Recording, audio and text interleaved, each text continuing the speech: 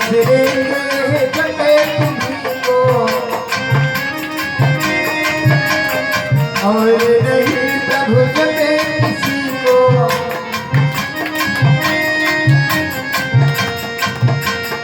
तो सुरेंद्र ये जपे तुम्ही को और नहीं प्रभु जपे किसी को।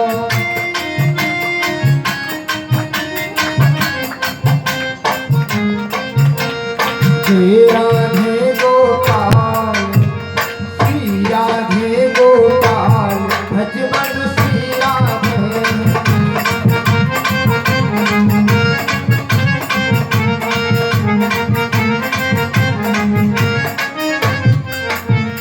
श्री राधे श्री राधे श्री राधे जय श्री राधे।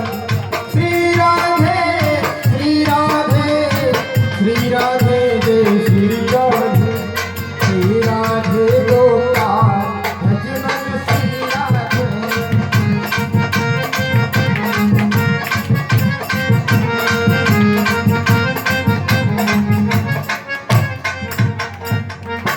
बोलिए श्री बांके बिहारी लाल की प्यारे प्यारे लड्डू गोपाल जी महाराज की आदि शक्ति दुर्गे मैया की विजय स्थान की माता पिता की गुरु महाराज की सर्वश्री आशुतोष जी महाराज की श्याम रामचंद्र की राजा रामचंद्र की श्री अयोध्यानाथ की श्री कनकधारी सरकार की श्री हनुमानगढ़ी की परम पूज्य गुरुदेव महाराज की जय जय श्री राम। राधे राधे।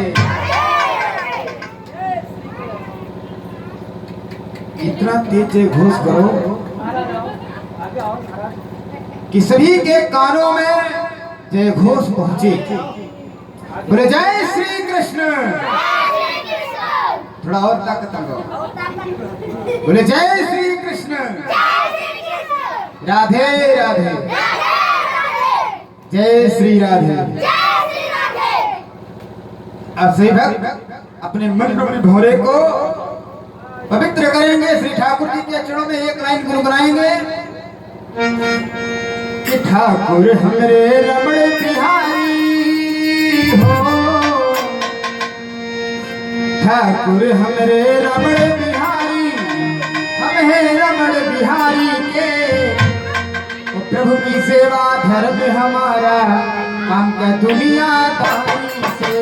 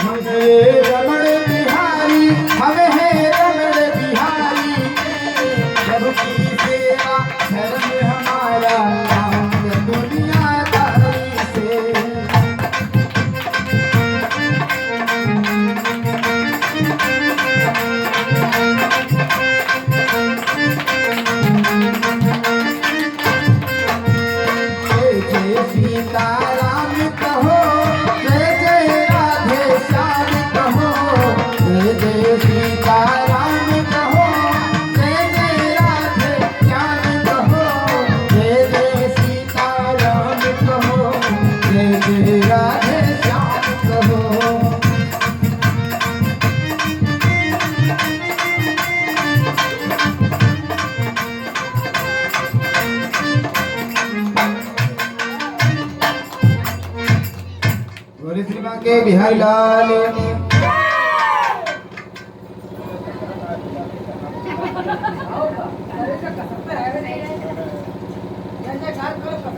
बड़े ध्यान से कथा सुनेंगे। आज कथा बहुत ही सुंदर है क्योंकि रुक्मिणी और कृष्ण का वाणी ग्रहण संस्कार हुआ।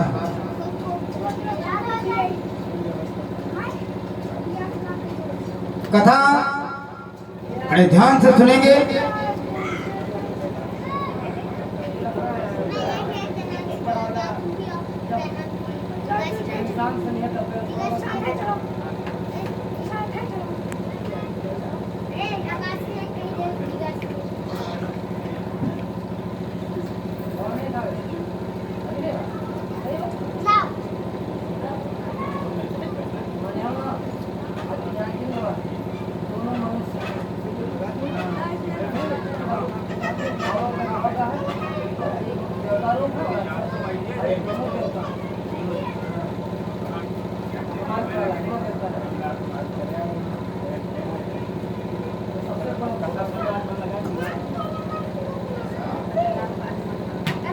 बोले जय श्री कृष्ण। अब सही भक्त अपने मन रूपी भौरे को पवित्र करें और अपने मन को एकाग्र करें। मन को एकाग्र करके प्रभु की पावन कथा का रसास्वादन करें। अपने अपने इष्ट का ध्यान करेंगे। अखिल कोटि ब्रह्मांड नायक अकारण करुणा वरुणालय परात्पर परब्रह्म परमात्मा भगवान श्री कृष्ण की वांग्मय प्रतिमूर्ति श्रीमद् भागवत महापुराण की पावन गाथा का स्मरण करते हुए श्री राधिका जी के चरणों में बारंबार प्रणाम निवेदित करते हुए, प्रभु के चरणों में बारंबार प्रणाम करते हुए हम सभी भक्तों के समक्ष प्रभु की पावन कथा का वर्णन करते हैं। बोले श्री बांके बिहारी लाल की। कथा प्रारंभ होती है। कल भगवान श्री कृष्ण जी पापी अत्याचारी कंस का वध करके अपने नाना उग्रसेन का राज्याभिषेक कर चुके थे। अपने माता पिता को बंधन से मुक्त कर चुके थे। सभी मथुरा वासियों को बड़ा आनंद प्रदान कर चुके हैं। सभी भक्तों का मन आनंदित है क्योंकि प्रभु ने पापी का अंत कर दिया। कंस के अत्याचार से सभी लोग दुखी रहे। इसलिए जब कंस का अंत हो गया तो सबको प्रसन्नता है। प्रभु की गुण गरिमा भी गाते हैं। अब क्या होता है, भगवान कृष्ण जरासंध का भी वध कर चुके थे कल। ये सब कथा हमारे भक्तों ने कल रात्रि की बेला में सुने थे। और अब आज रुक्मिणी और कृष्ण का विवाह होगा। तो भगवान श्री कृष्ण जरासंध का वध करने के पश्चात द्वारिकापुरी को चले गए। अब हमारे भक्त ध्यान देंगे, उनका विवाह होना है और रुक्मिणी जी के साथ होना है। तो रुक्मिणी जी का प्रादुर्भाव प्रकट किस प्रकार से होता है, हमारे से भक्त ध्यान से कथा सुनेंगे। एक कुंडिनपुर नामक गांव है, जिस गांव के नृपति हैं राजा भीष्मक जी। राजा भीष्म के 5 पुत्र हैं, रुक्मकेश, रुक्मरथ, रुक्मबाहु, रुक्मपाल और 5वां रुक्मैया। 4 बेटे तो बड़े धर्मानुरागी हैं, लेकिन 5वां जो है थोड़ा उपकर्मी है, दुष्ट प्रकृति का है।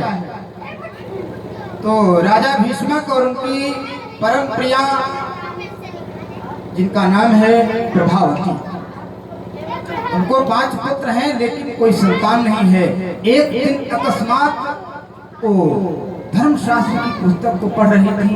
उसमें लिखा हुआ था कि पुत्र कितना ही क्यों न हो, अगर पुत्री नहीं है तो स्वर्ग नहीं मिलता है।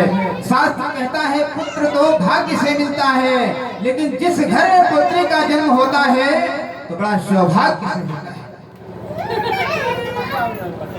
तो इस प्रकार से जब राजा भीष्म की प्राण प्रिया पत्नी प्रभावती धर्मशास्त्र की पुस्तक पढ़ा और जब उसमें लिखा हुआ था कि जिसको पुत्री नहीं होती उसको स्वर्ग नहीं मिलता है, अब इस बात की उनको चिंता होने लगी।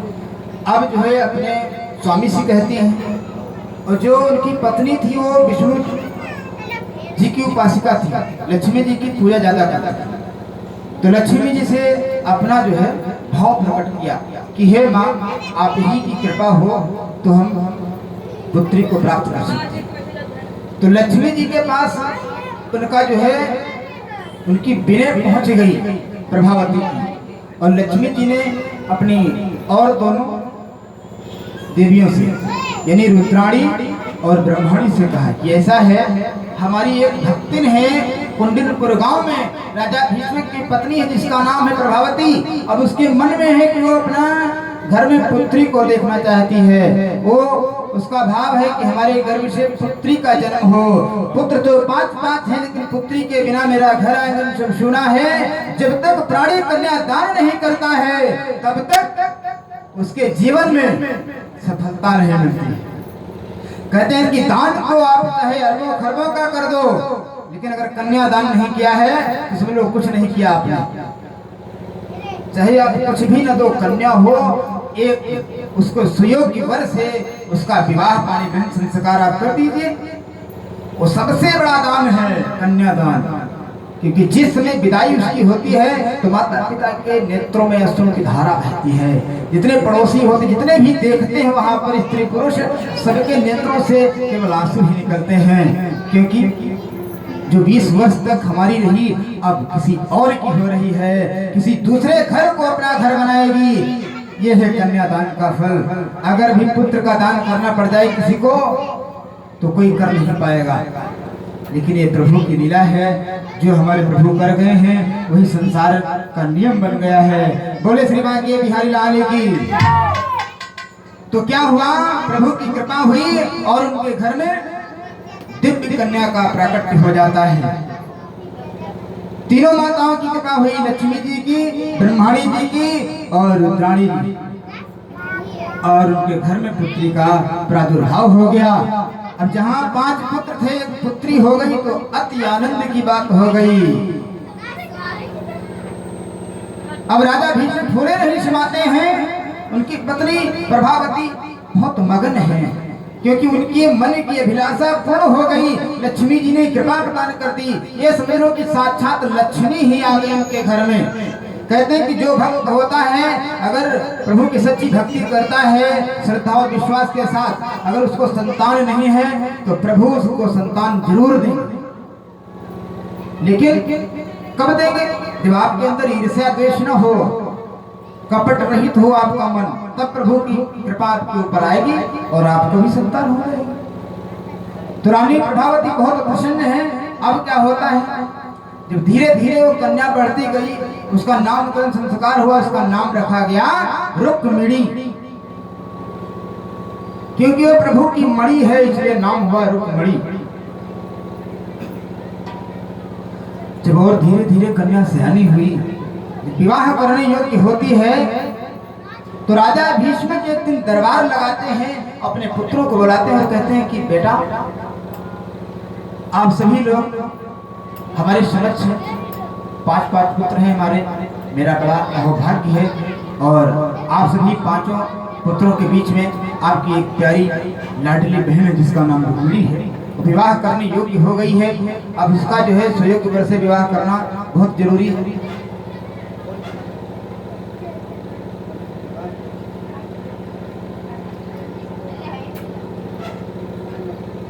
तो क्या हुआ,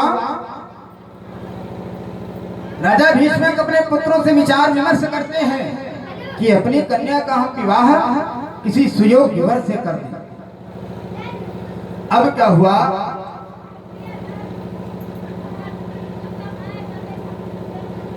अब 5 पुत्रों में से जो बड़ा था, जिसका नाम था रुक्मैया, उससे जो कहा कि आपकी क्या राय है, आपके दृष्टि में कोई ऐसा सुयोग्य वर है जिससे हम अपनी पुत्री का विवाह कर सकें? तो रुक्मैया कहता है कि हाँ पिताजी, हमारी दृष्टि में है सुयोग्य वर पहले से। तो राजा भीष्म कहते हैं कौन सा, क्या नाम है उसका? बोले कि वो चंदेरी का राजा है जिसका नाम है शिशुपाल, दंभोज का पुत्र शिशुपाल, चंदेरी नरेश। हम उसी के साथ अपनी प्यारी लाडली बहन का विवाह करेंगे।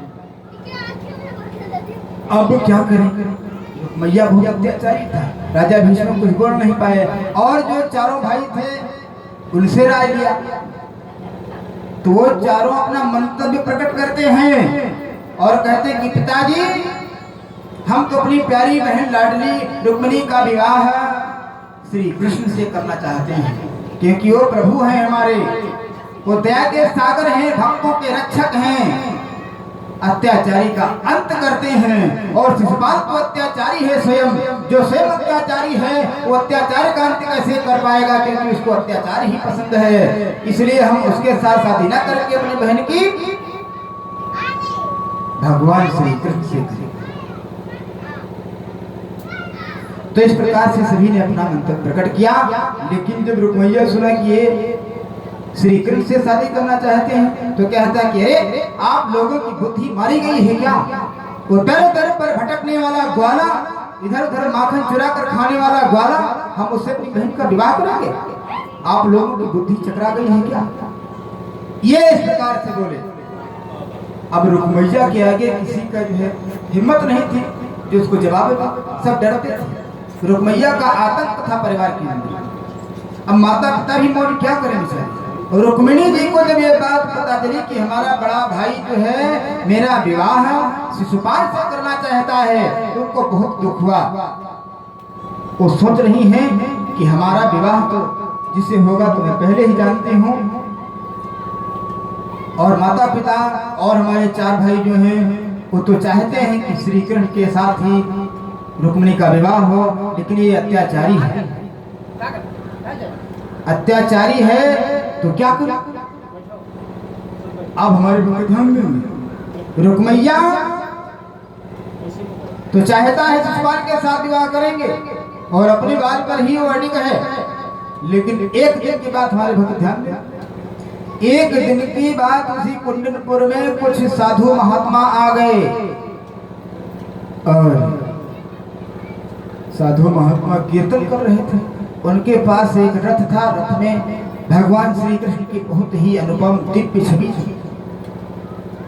उसी पर वो सीताराम जय श्री कृष्ण राधे श्याम का संकीर्तन करते थे। अब क्या हुआ, जिस समय रुक्मिणी के दरवाजे के पास पहुंचे, रुक्मिणी जी ने जब देखा अपने प्रभु को, जब देखा तो उनके नेत्रों से आंसू बहने लगे और मन हो गया कि ये प्रभु की अप्रतिम छवि जो है, अद्भुत छवि है, ये हमको मिल जाती तो बड़ा आनंद की बात है। सोच नहीं, पता नहीं ये साधु महात्मा लोग हमको दें या न दें। अब उनके पास गई और कहती है हाथ जोड़ करके कि जितना धन लेना चाहो ले लो, लेकिन ये प्यारी छवि जो प्रभु की है वो हमको दे दो। तो कीर्तनकारों ने कहा कि ऐसा है, आप दर्शन कर लो मात्र, हम अपने प्रभु कृष्ण को दे नहीं पाएंगे, क्योंकि जितना प्रेम आपका है उससे कई गुना हमारा है। तो रुक्मिणी जी क्या कहते हैं कि अगर आप ऐसे नहीं दोगे तो मैं जबरदस्ती ले लूंगी, क्योंकि रुक्मिणी जी का प्रेम बहुत ज्यादा है। तो जबरदस्ती की बात किया, फिर वो कीर्तनकार कहने लगे कि हम जबरदस्ती तो देंगे नहीं अपने प्रभु को, अगर प्रभु की ही महिमा होगी, वही जाना चाहते होंगे तो बात अलग है। अब क्या हुआ, रुक्मिणी ने निवेदन फिर किया,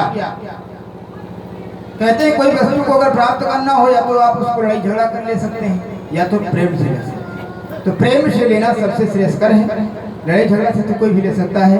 लड़ाई झगड़ा करने के बाद आपको अगर कोई वस्तु प्राप्त होती है तो अच्छी नहीं मानी जाती है। अगर प्रेम से आप किसी की वस्तु को लेते हैं तो अति उत्तम की बात है। तो क्या हुआ, कीर्तनकारों ने देख लिया कि रुक्मिणी का प्रेम हमसे कई गुना ज्यादा है भगवान श्री कृष्ण से। बोले बेटी ये छवि हम आपको समर्पित करते हैं, लेकिन इसका बड़ा ख्याल रखना, इसका अपमान ना होने पाए। सदैव दोनों टाइम इसका पूजा पाठ करना और इसमें तन मन लगाए रहना, क्योंकि इनका अगर अनादर हो गया तो मेरी आत्मा को दुख होगा। अब हम अपने इष्ट को आपको समर्पित करते हैं।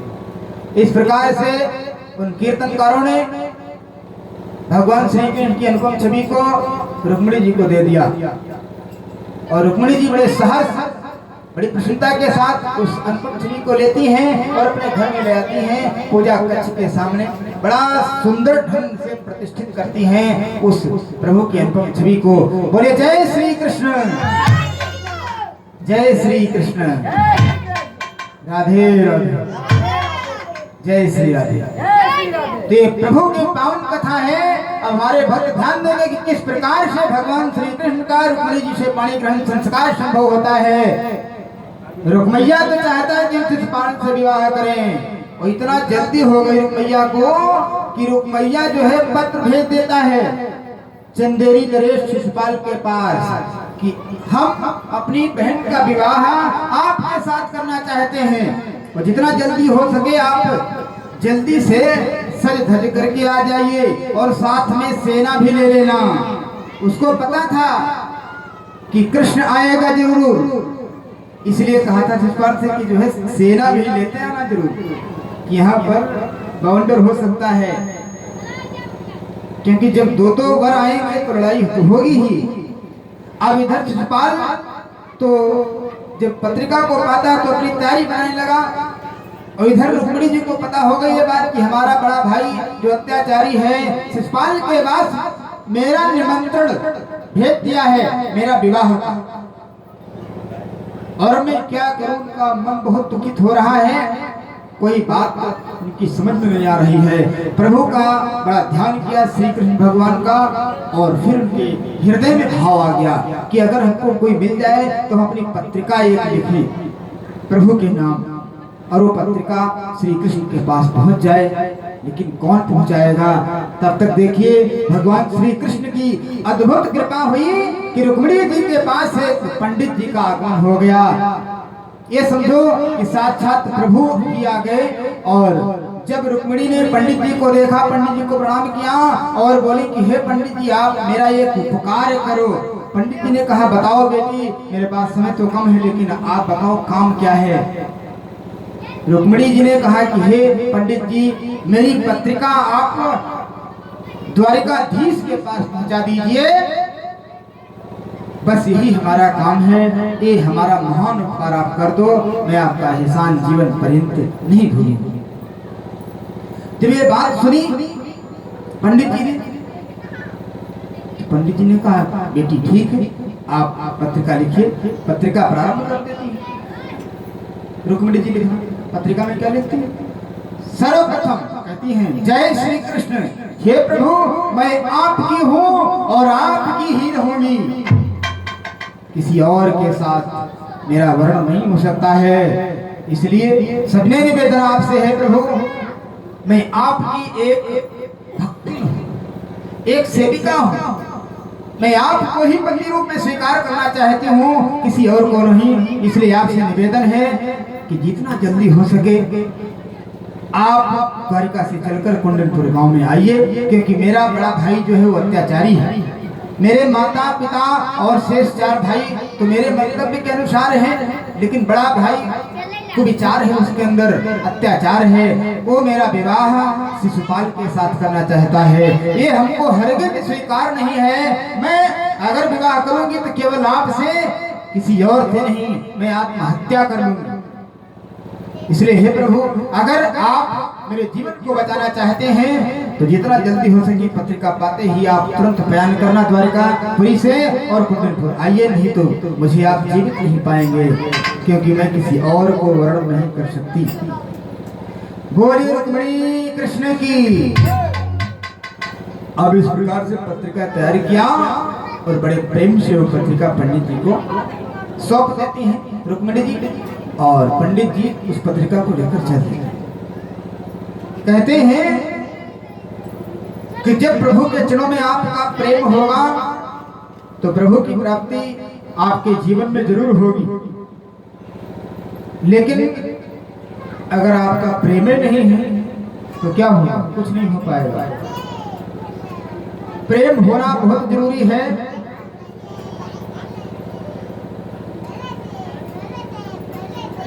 रुक्मिणी जी का अनन्य अनुराग था भगवान श्री कृष्ण से।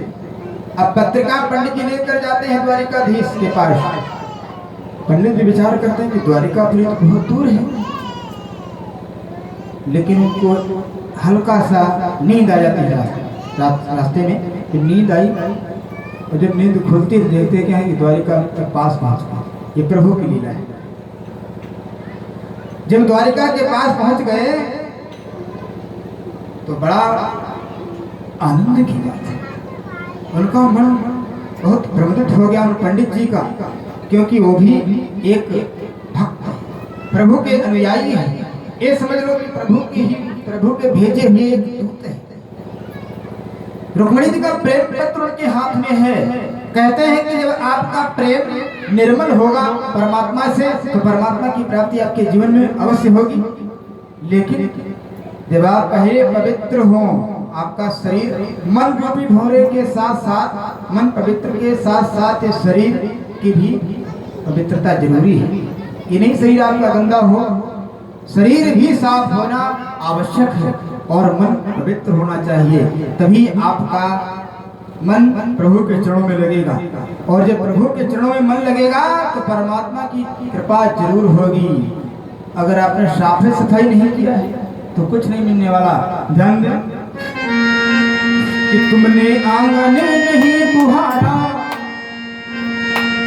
कौन से आंगन की बात करती थी परिकल्पना? ध्यान दें, अपने घर के आंगन की बात नहीं किया है। तुमने आंगन नहीं बुहारा, कैसे आएंगे भगवान, तो कैसे आएंगे भगवान।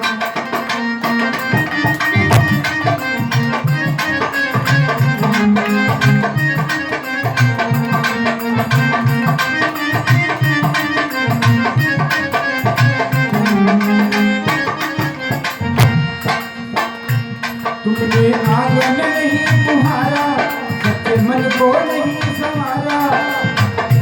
तुमने आंगन नहीं बुहारा, सच्चे मन को नहीं संवारा। कैसे आएंगे भगवान, कैसे आएंगे भगवान।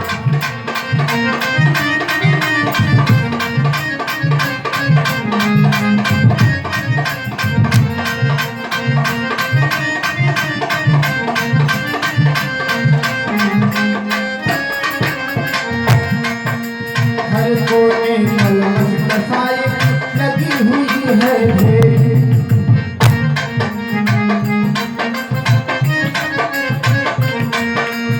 नहीं ज्ञान की किरण कहीं भी, हर कोठरी अंधेरी।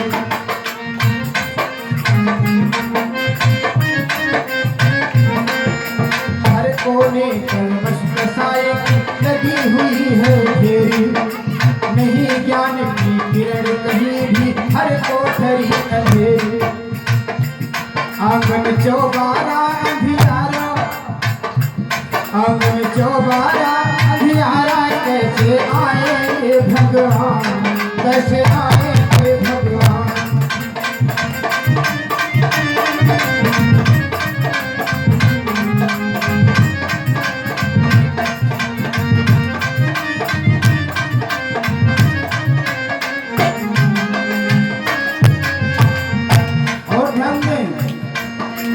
हृदय तुम्हारा पिघल न पाया, जब देखा दुखियारा।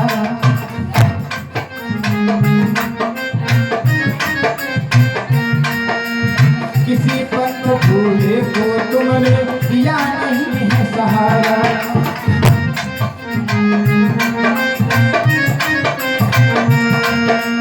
हृदय तुम्हारा पिघल न पाया, जब देखा दुखियारा।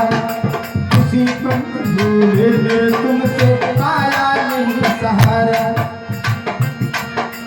सूखी है करुणा की धारा,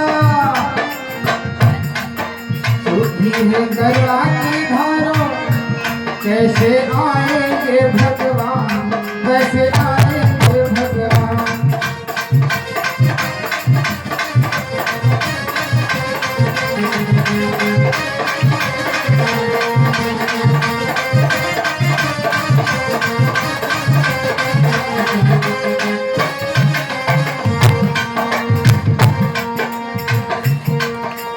अंतर के तट खोल देख ले, ईश्वर पास मिलेगा।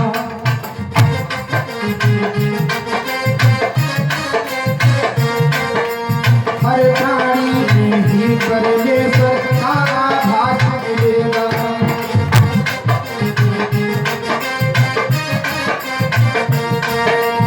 अंतर के तट खेल देख ले, ईश्वर पास मिलेगा। हर प्राणी में ही परमेश्वर का आभास मिलेगा।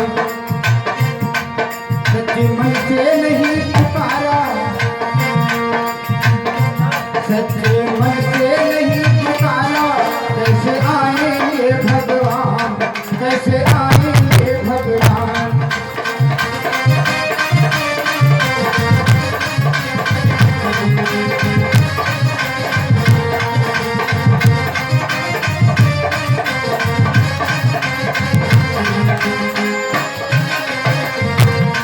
इसलिए भी भक्तों को चाहिए अपने मन को भी भोले को निर्मल करके परमात्मा की भक्ति करो। निर्मल मन हो तो रघुनायक सबरी के घर आते।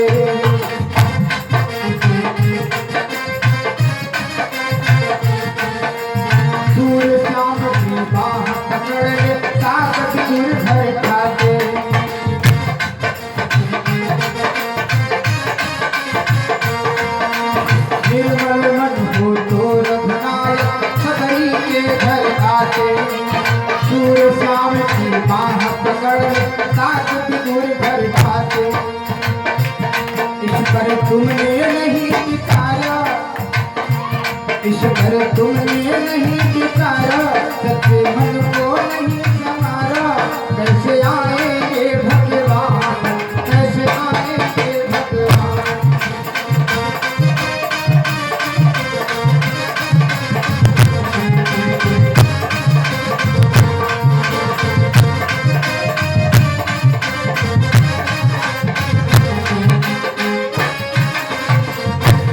तुमने आंगन नहीं बुहारा, तुमने आंगन नहीं बुहारा, सच्चे मन को नहीं संवारा, सच्चे मन को नहीं संवारा।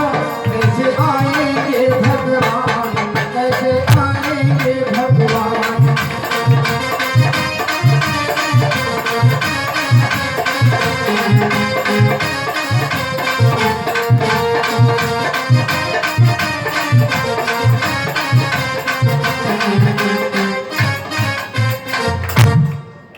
इस प्रकार से भजन की एक पंक्ति पर पहले ध्यान देते। तुमने आंगन नहीं बुहारा, कैसे आएंगे भगवान।